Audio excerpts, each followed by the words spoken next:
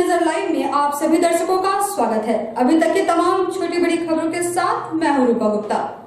तो चलिए जानते हैं क्या रहा आज खास।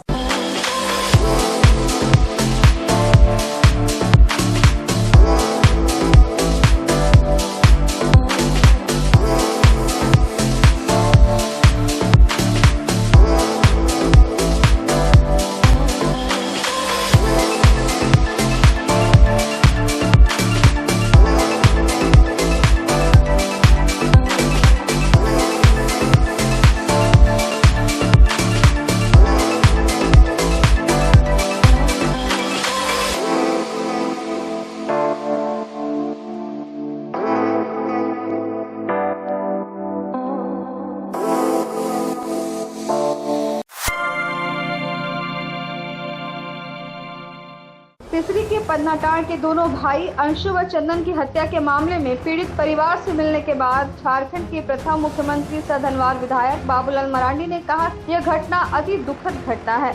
एक ही परिवार के घर से 2 बेटों की मौत हुई है और मुझे अफसोस है कि सही समय पर सही जानकारी दी जाती तो निश्चित रूप से विशेष पहल करते। मुझे जानकारी मिली थी कि दोनों भाई लापता हैं, जिसके लिए मैंने गिरिडीह एसपी से बात की थी। आज जो बातें सामने आई है वह जानकारी पहले नहीं मिलने का अफसोस है। अब पीड़ित परिवार को न्याय दिलाने के लिए झारखंड के डीजीपी व बिहार के डीजीपी व मुख्यमंत्री से बात करेंगे। जल्द ही जो भी इस घटना में संलिप्त होगा उन सभी आरोपियों को जेल भेजा जाएगा। पहले हमें सूचना मिली थी, अपने जो कार्यकर्ता है वही सारे लोगों ने हमको बताया कैसे ऐसे 2 लड़के लापता हुए। तो एक बार नहीं बल्कि 2-3 बार हमने यहाँ के सीनियर एसपी से बात की थी, उसने लापता। आज जिस प्रकार से घटना की जो जानकारी मिली, तो अगर शायद उस प्रकार की जानकारी प्रारंभ में ही हमें मिल जाती तो शायद और थोड़ा सा बढ़िया से बात कर पाते। तो लापता होता है तो लापता की तरह ही लोगों की खोजबीन होती है, जैसे एकदम पॉइंटेड करके कि अमुक आदमी ने इन दोनों को बुलाया है, बुला करके और उस दिन से लोग गायब है, तो उस टाइप के लोग बताता तो फिर हम लोग उस टाइप से बात करते। तो हमें आज भी अफसोस है कि अगर उस वक्त हमें इस प्रकार की जानकारी मिल जाती ठीक से तो फिर उसी प्रकार से बात करते। तो मुझे लगता है कि शायद जिस वक्त जो प्रभाकर या क्या नाम बताया लोग पकड़ के लाया था तो शायद वो और जाते। सर ये हो अभी हमने जमुई के एसपी से वहीं से बात की है, तो जमुई के एसपी ने कहा कि बाकी जो संलिप्त थे वो लोग भी पकड़ा गए, वो भागे हुए। उसके लिए उन्होंने कहा कि डीएसपी के वो लोगों ने टीम भी बनाए हुए हैं और उन्होंने हमें कहा कि सर हम लोग जल्दी ही जो मुख्य अभियुक्त है उनको भी हम लोग पकड़ करके अंदर होगा तो राज्य के बिहार में भी डीजी से बात करेंगे। एसपी से हमने बात किया है, क्योंकि बाद में यहाँ भी जो अपहरण का केस लोगों ने किया है तो यहाँ की पुलिस भी सक्रिय हो, तो हम पहले मांग कर चुके हैं। सरकार को हमने पत्र भी लिख चुके हैं। जैसे ही जानकारी मिली थी उस समय ही इस काम को हम कर चुके हैं। गावा थाना क्षेत्र के तिवारी टोला मालडा में विगत दिनों हुए उत्तम तिवारी के संदेहास्पद मौत के बाद पीड़ित परिवार से मिलने पूर्व मुख्यमंत्री सह धनवार विधायक बाबूलाल मरांडी बुधवार को मालडा पहुंचे। इस दौरान उन्होंने मृतक की मां व परिवार से पूरी जानकारी ली, साथ ही उन्हें हर संभव मदद का भी आश्वासन दिया। मौके पर श्री मरांडी ने कहा कि वे पीड़ित परिवार को न्याय दिलाने के लिए उच्च अधिकारियों से बात करेंगे। साथ ही उन्होंने आश्वासन भी दिया कि पीड़ित परिवार को मुआवजा भी मिल सके।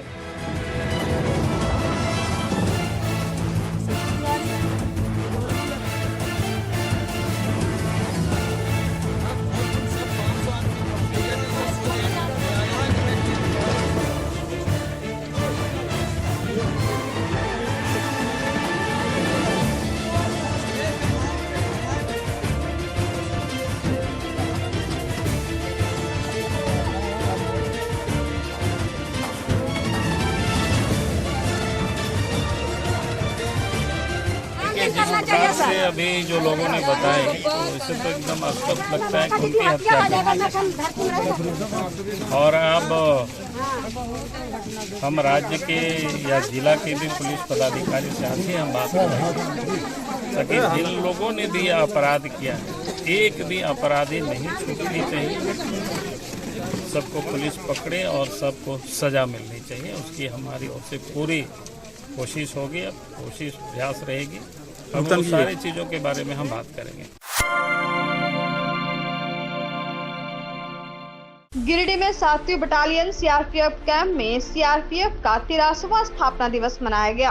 भारत भूषण जखमोला कमांडेंट 7वीं वाहिनी की अध्यक्षता में मनाए जा रहे स्थापना दिवस में खेल प्रतियोगिता का भी आयोजन किया गया। कमांडेंट ने सबसे पहले बल के शहीदों को श्रद्धांजलि दी, साथ ही क्वार्टर गार्ड पर नया ध्वज फहराया गया, वहीं गार्ड की सलामी ली। कार्यक्रम को संबोधित करते हुए भारत भूषण जखमोला ने वर्तमान में सीआरपीएफ के मुख्य रूप से जम्मू कश्मीर, पूर्वोत्तर, असम, त्रिपुरा, नागालैंड, मणिपुर, मेघालय, वामपंथ उग्रवाद प्रक्षेत्र, प्रति विद्रोहित अभियान, कानून व व्यवस्था तथा चुनाव ड्यूटी का निर्वहन कर रही है। कहा कि गिरिडीह में नक्सलियों के विरुद्ध प्रभावशाली कार्य किए जा रहे हैं, जिसके कारण आम जनता का मनोबल बढ़ा है, साथ ही क्षेत्र का लगातार विकास हो रहा है। उन्होंने कहा कि जहां भी इस बल की तैनाती होती है वहां शांति बहाल होती है। इस दौरान कमांडेंट ने बल में हो रहे आधुनिकता व नए निर्देशों के बारे में बल के जवानों को जानकारी दी। साथ ही उन्होंने जल संचय व वृक्षारोपण के महत्व को विस्तार से समझाया। वर्तमान में चल रहे वृक्षारोपण अभियान में जवानों की भागीदारी की प्रशंसा की। वृक्षारोपण के तहत वाहिनी मुख्यालय न्यू पुलिस लाइन में स्थापना दिवस के मौके पर कुल 300 पेड़ लगाए गए। इस दौरान भारत भूषण जखमोला कमांडेंट गोपाल कुमार गुप्ता, तिलक राज, नवीन विश्वकर्मा, उप कमांडेंट एवं डॉक्टर रवि रंजन, वरिष्ठ चिकित्सा अधिकारी के साथ साथ कई अधिकारी व जवानों द्वारा हिस्सा लिया गया। इस मौके पर वाहिनी में संध्या काल में वॉलीबॉल मैच का भी आयोजन किया गया। विधायक आपके द्वार कार्यक्रम के तहत बुधवार को गिरिडीह विधायक सुदीप कुमार सोनू वार्ड नंबर 4 के बिशनपुर जगपतारी क्षेत्र का दौरा किए। इस दौरान उन्होंने क्षेत्र के सभी गलियों का, नालियों का, बिजली, पानी, स्वास्थ्य सेवाओं से संबंधित कई महत्वपूर्ण योजनाओं पर जल्द ही काम शुरू करने का भरोसा दिया। साथ ही टूटे फूटे सड़क व गली का सर्वे कर प्रस्ताव बनाने की जिम्मेवारी नगर निगम के इंजीनियर एवं वार्ड पार्षद को सौंपी गई। मौके पर वार्ड पार्षद पप्पू मुस्तफा, हारून, अजीत कुमार पप्पू, प्रमीला मेहरा, अफसाना, रॉकी सिंह, बंटी केडिया, राजेश कुमार, मिनहाज मिर्जा, मुख्तार, मासूम, निशाद, मुस्लिम मियां, अजहर आलम, कदोस कुमार, गोपाल शर्मा, जाकिर शेख सहित वार्ड के कई लोग मौजूद थे। गिरिडीह जिला ट्रक ऑनर एसोसिएशन के द्वारा गिरिडीह जिला परिवहन पदाधिकारियों के द्वारा ट्रक मालिकों को अवैध रूप से परेशान करने को लेकर एक आवेदन गिरिडीह उपायुक्त को देकर कार्रवाई की मांग की गई। ट्रक ऑनर एसोसिएशन के जिला अध्यक्ष सुमित गौरव उर्फ कंपू यादव ने बताया कि गिरिडीह के परिवहन पदाधिकारी गिरिडीह की लोकल गाड़ियों से झूठा आरोप लगाकर गाड़ी मालिकों को परेशान करते हैं, साथ ही चालान भी काटते हैं, जिसका कोई रसीद भी नहीं दिया जाता है।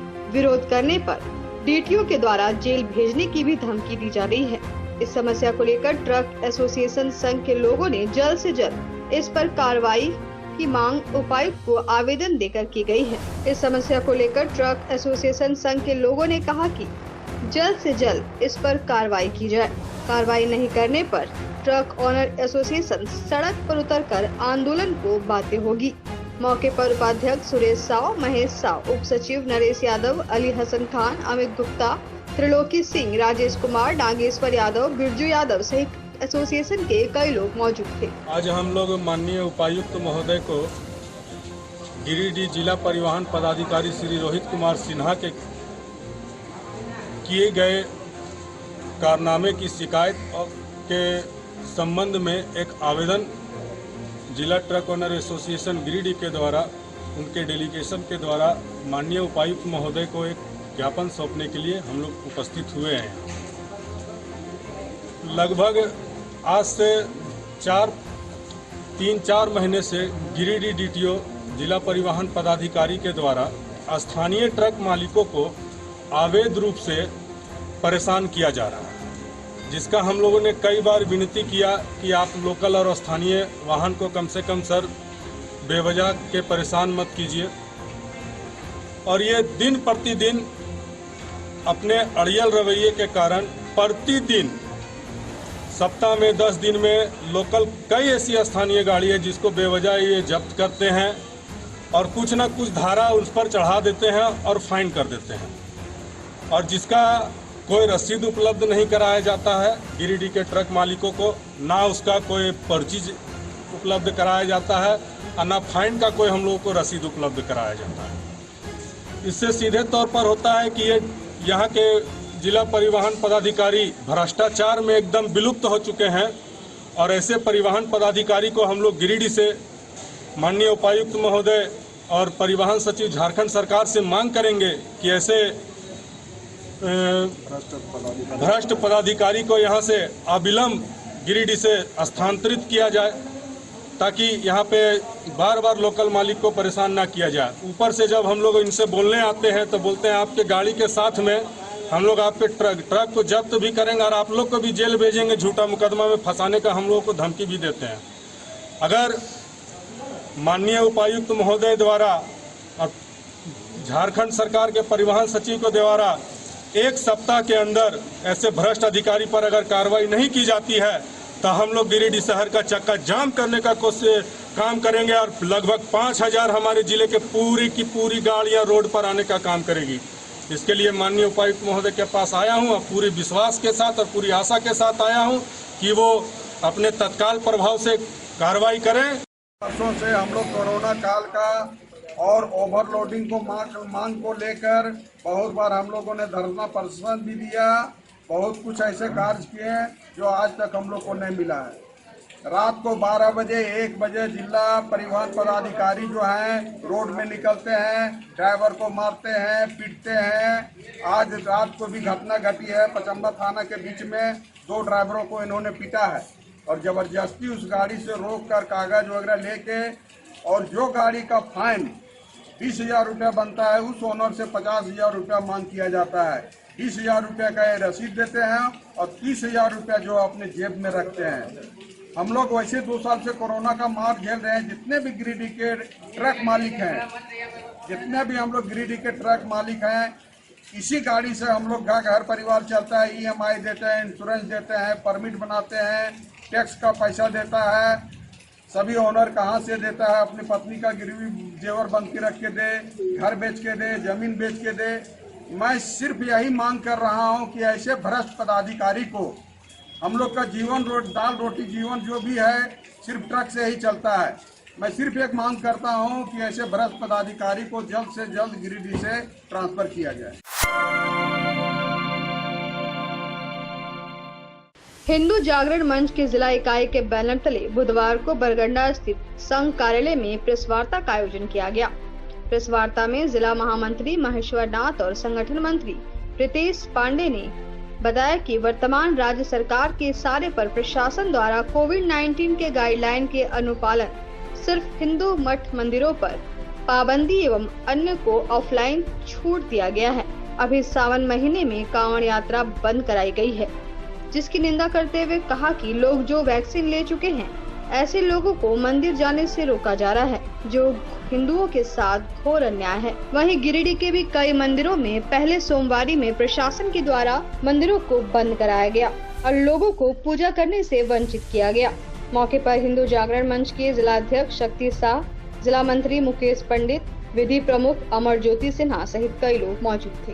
हिंदू जागरण मंच गिरिडीह जिला की एक प्रेस वार्ता रखी गई है, जिसमें जैसा कि आप लोग के माध्यम से भी सबको पता है और सरकार का नियमन आया है कोरोना को देखते हुए कि जो लॉकडाउन था उसका हटने के बाद मंदिर के कपाट खुले, लेकिन जो सबसे पवित्र मास है सावन हिंदुओं का, उस सावन मास के आते आते और जिस प्रकार से मंदिरों में कांवड़ यात्रा पर रोक लगाई गई थी, लेकिन कांवड़ यात्रा के आड़ में, कांवड़ यात्रा के रोक के आड़ में श्रद्धालुओं को भी नहीं प्रवेश देना मंदिर में एक प्रकार का तुष्टिकरण का बहुत भयावह स्वरूप दिखाई दे रहा है।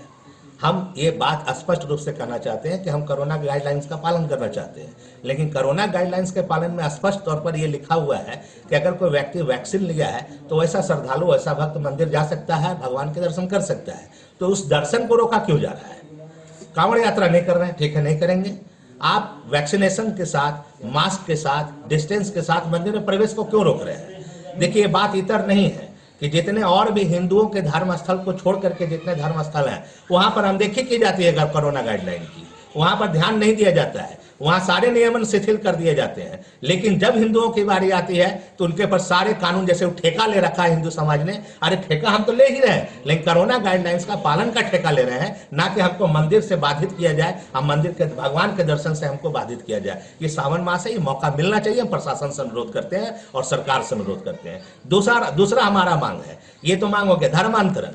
ये जो आपको हमारा संविधान का अनुच्छेद 25 से लेकर जो 30 का बीच का खेला है, इसका दुरुपयोग हो रहा है और पूरे जगह से खबरें आ रही है, मीडिया के माध्यम से खबरें आ रही हैं। खासतौर पर हिंदू समाज, वनवासी समाज, आदिवासी समाज, जो हमारा समाज कम पढ़ा लिखा है, वैसा समाज, इनमें धर्मांतरण चल रहा है। मैं साफ साफ धर्मांतरण का किसी भी स्तर में विरोधी हूँ। हिंदू जागरण मंच में ये नहीं कि केवल हिंदुओं के धर्मांतरण का विरोध है। मैं तो साफ साफ कहता हूं कि सरकार को चाहिए कि किसी भी धर्म के किसी व्यक्ति को बहका फुसला करके किसी दूसरे धर्म में कन्वर्जन नहीं होना चाहिए। हम ये मांग करते हैं, नहीं तो इससे समाज में बहुत बड़ा एक असंतोष का भाव फैलेगा, भय का वातावरण बनेगा और जो समग्र सर्वधर्म संभाव की बात आती है, स्नेह की बात आती है, उससे फूट पड़ेगा। इसीलिए मेरा साफ कहना है, कोई भी व्यक्ति प्रयास कर रहा हो किसी को किसी में कन्वर्जन करने का, वो बंद होना चाहिए। ये हिंदू जागरण मंच का मांग है। नागरिक विकास मंच के संयोजक इंजीनियर विनय सिंह के द्वारा बुधवार को गिरिडीह नगर निगम क्षेत्र के लिए लाइफलाइन उस्टी नदी को स्वच्छता एवं इसके अस्तित्व को बरकरार रखने एवं उसके विकास संबंधी 6 सूत्रीय मांग पत्र गिरिडीह उपायुक्त और नगर निगम के नगर आयुक्त को सौंपकर कार्रवाई की मांग की गई।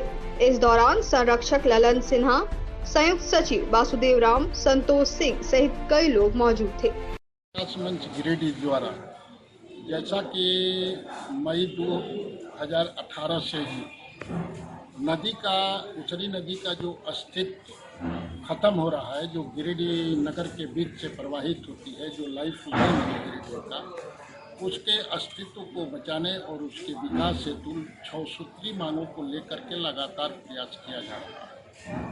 इस संदर्भ में अनेकों स्मारक पत्र भी दिए हैं, नगर आयुक्त के द्वारा पत्र भी निर्गत किए गए हैं। उसमें 6 सूत्रीय मांग जैसे था कि नालों से जो गंदे पानी जा रहे हैं नदी के उत्तरी भाग में सॉफ्टवेयर बना करके उसको उत्तरी भाग में रोका जाए। नदी के पुल में जो निर्मित पुल है उसके पिलर की कटाई को देखते हुए बालू उठाव पर रोक लगाया जाए। शहर का सतही जल जो कम हो रहा है उसके लिए 4-5 चेक डैम, छलका का निर्माण किया जाए, जोगी पार्क का निर्माण किया जाए और नदी का सीमांकन करके अतिक्रमण मुक्त किया जाए और विद्युत सौदाह गृह का निर्माण किया जाए। इस पर जो है नगर आयुक्त ने अंचलाधिकारी को भी चिट्ठी दिए, आपको कार्यपालक अभियंता, विद्युत अभियंता को भी इन्होंने लघु सिंचाई को एस्टीमेट के लिए दिए, माइनिंग डिपार्टमेंट को भी दिए। उपायुक्त महोदय से पूर्व में भी हम लोग मिले थे। इस बात को उनको याद दिलाते हुए हम लोग इस बात को कहे कि ये एक लाइफ लाइन है गिरिडीह का और इसमें गंदे पानी जा रहे हैं। छठ पर्व में लोग मजबूर होते हैं और इसका अस्तित्व अब नाले के रूप में होते जा रहा है। इसलिए आप कृपया इस पर संज्ञान लिया जाए। उन्होंने पूर्ण रूप में आश्वासन दिया कि मैं इस संदर्भ में बात करूंगा और नगर आयुक्त से आप लोग भी जा करके इस बात को मिलिएगा।